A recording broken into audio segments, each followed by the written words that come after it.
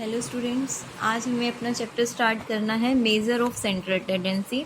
Measure of central tendency का मतलब है कि एक फिगर, एक वैल्यू जो आपकी सेंट्रल वैल्यू को रिप्रेजेंट करेगी। दैट मीन्स काफ़ी सारा डाटा आपने कलेक्ट किया हुआ है, हम उसमें से कोई एक वैल्यू निकालेंगे जो पूरे डाटा को रिप्रेजेंट करेगा।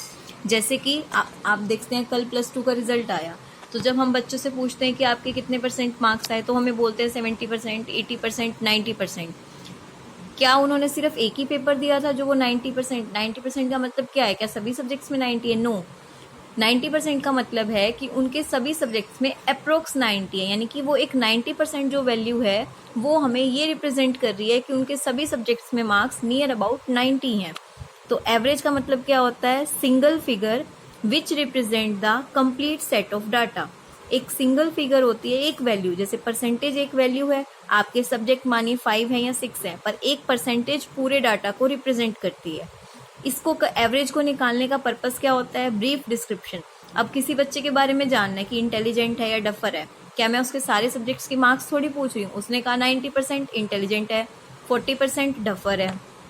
पर्पस कंपैरिजन, हम इजीली कंपेयर कर सकते हैं। अगर मैं सभी बच्चों के सारे मार्क्स सामने रख के बैठ जाऊंगी, पूरी रिजल्ट शीट अपने सामने रखी, मैं कंपेयर नहीं कर पा रही, बट लास्ट कॉलम में मैंने रैंक निकाली हुई है या मैंने परसेंटेज निकाली हुई है उन सभी मार्क्स के बिहाफ पे, तो मैं परसेंटेज को इजीली कंपेयर कर सकती हूँ। तो जो एवरेज वैल्यू है वो हमें इजीली कंपैरिजन में हेल्प करती है। फॉर्मुलेशन ऑफ पॉलिसी, अब मानो जो परसेंटेज है, सभी बच्चों का डाटा है, वहां से मैं क्या कर सकती हूँ? मुझे आगे जाके, अब जैसे कॉलेज में कट ऑफ लगती है, वो अपनी पॉलिसी सेट कर सकते हैं ना कि अगर इतने % के बच्चे होंगे तो हम उनको इस सेक्शन में डालेंगे, इतने से इतने % के बच्चे होंगे इस सेक्शन में डालेंगे। तो कहीं पे भी हो, कोई भी वैल्यू हो, आप उससे अपनी उस डाटा को देख के आप अपनी पॉलिसी मेंटेन कर सकते हो। स्टेटिस्टिकल एनालिसिस, स्टेटिस्टिकल यानी कि जो स्टेट्स में डाटा कलेक्ट होता है रिगार्डिंग पॉपुलेशन, या जो भी हमें देखना होता है, महंगाई का देखना होता है, जो भी हमारे देश में हम चीज़ें कैलकुलेट करते हैं, हम उसको एनालाइज भी कर सकते हैं। रिप्रेजेंटेशन ऑफ द यूनिवर्स, यानी कि जो भी डाटा हम कलेक्ट करते हैं वो हमारे पूरे वर्ल्ड को रिप्रेजेंट करता है। क्योंकि ये तो मैं आपको एग्जांपल दे रही हूँ एक बच्चे का, पर स्टैट्स किस लिए, बुक हम किस लिए पढ़ रहे हैं? अपनी इकोनॉमी को पढ़ने के लिए, अपने देश की अर्थव्यवस्था को पढ़ने के लिए।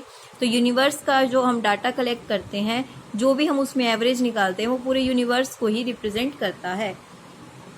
एक अच्छी एवरेज क्या कहलाएगी? जो आसानी से समझ में आ जाए, आसानी से हम उसको कंप्यूट कर सके, कैलकुलेट कर सकें, यूनिकली डिफाइंड हो, मतलब एक ऐसी वैल्यू जो पूरे डाटा को रिप्रेजेंट करे, सभी ऑब्जर्वेशन पे बेस्ड होनी चाहिए, किसी भी डाटा को उसे लेफ्ट आउट नहीं करना है, कैपेबल होनी चाहिए कि वो हमें हेल्पफुल हो आगे किसी और एल्जेब्रिक ट्रीटमेंट में, और एक्सट्रीम वैल्यू से, बाहरी वैल्यू से उसका कोई इफेक्ट नहीं होना चाहिए।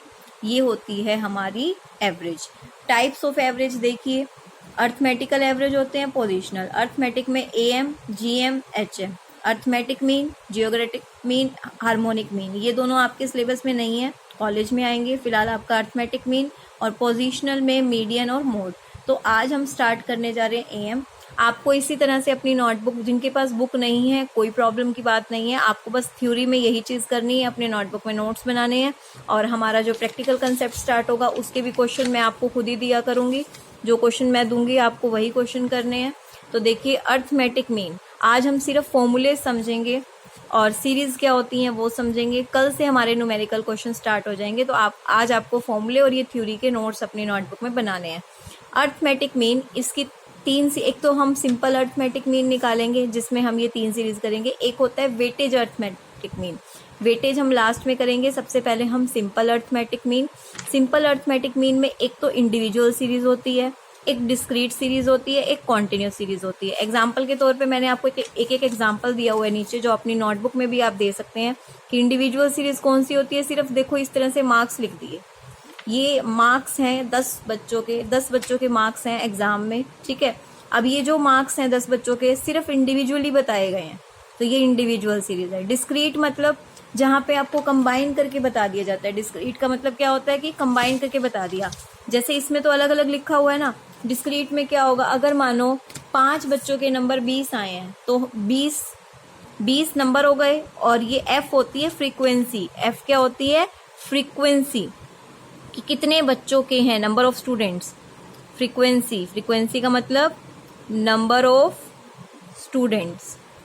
ठीक है, फ्रीक्वेंसी। और x का मतलब होता है मार्क्स, x का मतलब क्या होता है मार्क्स। अगर मैं मार्क्स की बात कर रही हूँ तो 10 नंबर कितने बच्चों के हैं, 4 बच्चों के। 20 नंबर कितने बच्चों के हैं, 5 के। 30 नंबर कितने के हैं, 3 के। 40 नंबर कितने बच्चों के हैं, 2 के। 50 नंबर कितने बच्चों के हैं, 3 के। इसे हम कहते हैं डिस्क्रीट सीरीज। इसे हम कौन सी सीरीज कहते हैं, डिस्क्रीट। जिसने आज के फॉर्मूले समझ लिए ना, समझो उसको सारे न्यूमेरिकल आ गए। इसे हम क्या कहेंगे, डिस्क्रीट सीरीज। इसे हम क्या कहेंगे, डिस्क्रीट सीरीज। फिर आती है कॉन्टिन्यूस सीरीज। कॉन्टिन्यूस सीरीज में क्या होता है, लगातार 0 से लेकर 10 तक। इसमें 10 इंक्लूड नहीं होगा, ये ध्यान रखना।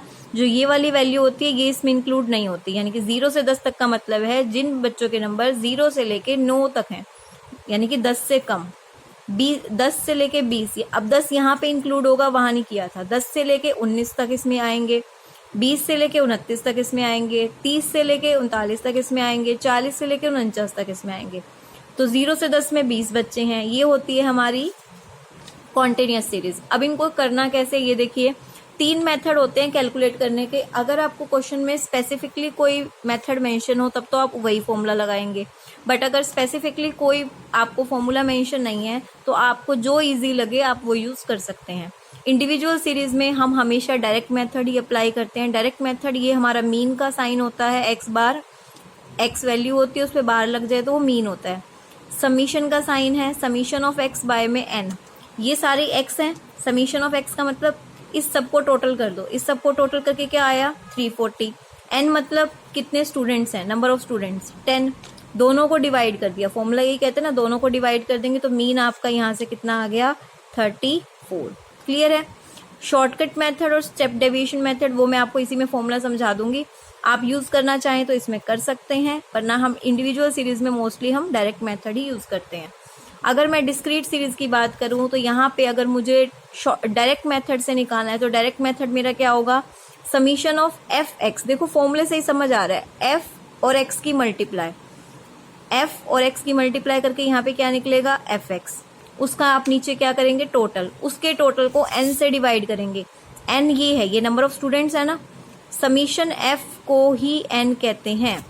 यहाँ पे एन का मतलब क्या होता है, समीशन एफ, क्योंकि एफ क्या है आपकी काउंटिंग की तो है, तो जो इसका टोटल होगा और एफ एक्स का टोटल होगा उसको हम क्या कर देंगे, डिवाइड। अब इसी को अगर मुझे किससे करना है, शॉर्टकट मेथड से, तो हम एक वैल्यू को लेट कर लेते हैं ए। सपोज कीजिए मैंने यहाँ पे ए लेट कर लिया है किसको, 30। ए मतलब आप एक्स में से कोई भी एक वैल्यू को एज्यूम मीन मान लीजिए, ठीक है। फिर आपको निकालना है डी। डी कैसे निकलेगा, ध्यान से समझिए। डी आपका निकलता है x माइनस ए। डी आपका कैसे निकलता है, x माइनस ए। एक्स कितना है, 10। 10 माइनस 30, फिर 20 माइनस 30, फिर 30 माइनस 30, 40 माइनस 30, 50 माइनस 30। इनको माइनस करके आपका क्या आ जाएगा, डी। माइनस का 20, माइनस का 10, 0, 10, 20, ये आपका क्या निकल आया, डी। देखो आपको मैंने ए बता दिया क्या होता है, एफ क्वेश्चन में गिवन है। डी मैंने आपको निकालना सिखा दिया कि इस पूरे एक्स में से जो आपने एज्यूम मीन लेट किया होता है आप उसको क्या कर देते हैं, माइनस, तो क्या आ जाता है आपका डी। अब फॉर्मूले में क्या चाहिए वो निकालो, एफ डी, यानी कि ये जो एफ गिवन है और ये जो डी है इसकी मल्टीप्लाई कर देंगे तो क्या आ जाएगा, एफ डी आ जाएगा। एफ डी के टोटल को किससे डिवाइड कर देंगे, एन से, और फिर ए में प्लस कर देंगे। आपके पास तीनों वैल्यू आपको निकालनी आ गई हैं। अगर स्टेप डेविएशन की बात करें तो हमें निकालना है डी डैश। अब आप यहां से निकालना सीखेंगे डी डैश। डी डैश क्या होता है, डी बाय में आई। डी को आई से डिवाइड करते हैं। आई होता है इन वैल्यूज के बीच का गैप। गैप कितने का है, 10 10 का है ना, तो -20 डिवाइड बाय 10, -10 डिवाइड बाय 10, तो ये आ गया -2, -1, 0, 1, 2, ये डी डैश आ गया। आई 10 है, बस आपको एक ही वैल्यू पता है। अब एफ डी डैश निकालना है। अब एफ को डी डैश से मल्टीप्लाई करेंगे, आप डी से नहीं करेंगे, फिर जो आएगा उसका टोटल बाय में एन। आई आपको पता है क्या है, 10। तो ये फॉर्मूला भी समझ में आ गया आपको। आज सिर्फ फॉर्मूले समझने आपने, और इसी तरह के क्वेश्चन हम रोज प्रैक्टिस करेंगे। उसके बाद आपका क्या है, कॉन्टिन्यूस सीरीज। कॉन्टिन्यूस सीरीज में देखिए यहाँ पे एम है। एम क्योंकि देखो हमें हर जगह एक्स चाहिए किसी भी चीज को कैलकुलेट करने के लिए, तो यहाँ पे एक्स का काम करेगा एम। एम निकलने के बाद इस कॉन्टिन्यूस सीरीज में m निकलने के बाद पूरा क्वेश्चन डिस्क्रीट सीरीज का बन जाता है। जैसे यहाँ पे x है, यहाँ पे m है और पूरा क्वेश्चन वही कैसे निकलता है, दोनों को प्लस करो 2 से डिवाइड, दोनों को प्लस करो 2 से डिवाइड, तो 0 + 10 बाय में 2, 5 मिड वैल्यू, m का मतलब होता है मिड वैल्यू, 15, 25, 35, 40, m आ गया। ठीक है, अब आपका m आ गया है तो अब m x का काम करेगा।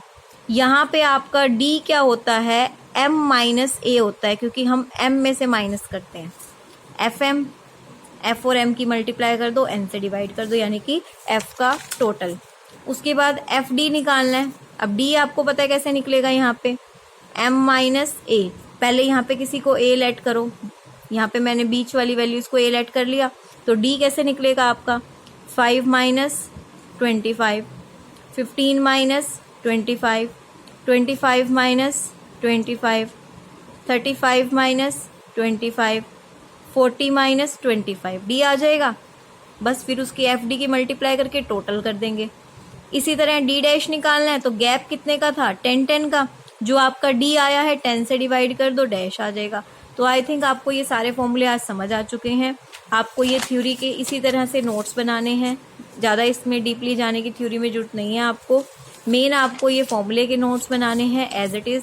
ये हमारा सिंपल अर्थमेटिक मीन है, एक वेटेज होता है, एक सिंपल होता है, 2 पार्ट होते हैं अर्थमेटिक के। ये आज हमने सिंपल अर्थमेटिक मीन के सारे फॉर्मूले समझे हैं। 2 दिन हम लगाएंगे इनकी प्रैक्टिस पे, तो ये टॉपिक हमारा कवर हो जाएगा।